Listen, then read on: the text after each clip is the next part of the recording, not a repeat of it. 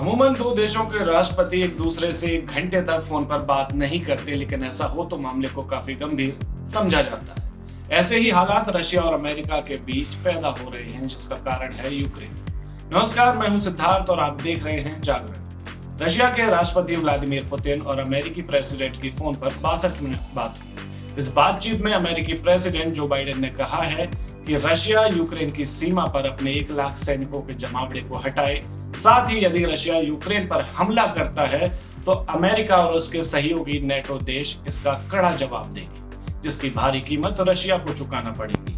अमेरिकी प्रेसिडेंट के कार्यालय व्हाइट हाउस ने जानकारी देते हुए यह भी बताया कि अमेरिका यूक्रेन पर अपनी कूटनीति जारी रखेगा, साथ ही दूसरे हालातों के लिए भी समान रूप से तैयार है। इस वाकये से ठीक एक दिन पहले ही 12 फरवरी को अमेरिका के NSA जे सुलिवन ने कहा था कि इंटेलिजेंस के जरिए हमें जानकारी मिली है कि रशिया 20 फरवरी को बीजिंग में विंटर ओलंपिक खत्म होने के पहले यूक्रेन पर हमला कर सकता है। हालांकि रशिया एक तरफ तो हमले की बात से इनकार कर रहा है और दूसरी तरफ यूक्रेन की सीमा पर 1 लाख से ज्यादा रशियन सैनिकों की तैनाती भी कर रखी है। इसके अलावा रशिया ने यूक्रेन को 3 तरफ से घेर रखा है। दरअसल 1991 तक यूक्रेन सोवियत संघ का सदस्य था। उसके बाद 2013 से ही यूक्रेन और रशिया के बीच तनाव बढ़ने लगा।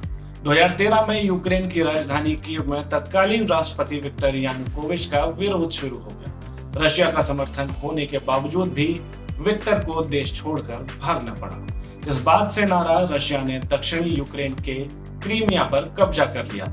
इसके बाद रशिया ने अलगाववादियों की मदद से पूर्वी यूक्रेन के एक बड़े हिस्से पर भी कब्जा कर लिया। तब से ही यूक्रेन की सेना और रूस समर्थक अलगाववादियों के बीच झड़प चल रही थी।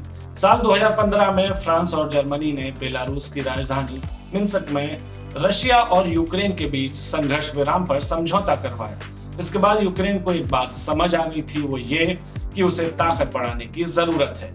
इसके लिए यूक्रेन ने पश्चिमी देशों का रुख कर लिया और नेटो कंट्रीज से भी संबंध मजबूत कर लिए। जिन दर्शकों को नहीं पता है उनको बता दें कि 1949 में सोवियत संघ का मुकाबला करने के लिए नॉर्थ अटलांटिक ट्रीटी ऑर्गेनाइजेशन यानी कि नेटो की स्थापना हुई थी। इसमें 30 देश शामिल हैं और अब यूक्रेन भी लगातार नेटो ग्रुप में शामिल होने की कोशिश कर रहा है। इन्हीं सब कारणों से खपा रशिया अब यूक्रेन पर हमला करने की फिराक में है, जिसका दावा अमेरिका ने किया है। इस मामले में जो भी अपडेट आता है वो हम आप तक जरूर पहुंचाएंगे। तब तक आप बने रहिए हमारे साथ और देखते रहिए जागरण।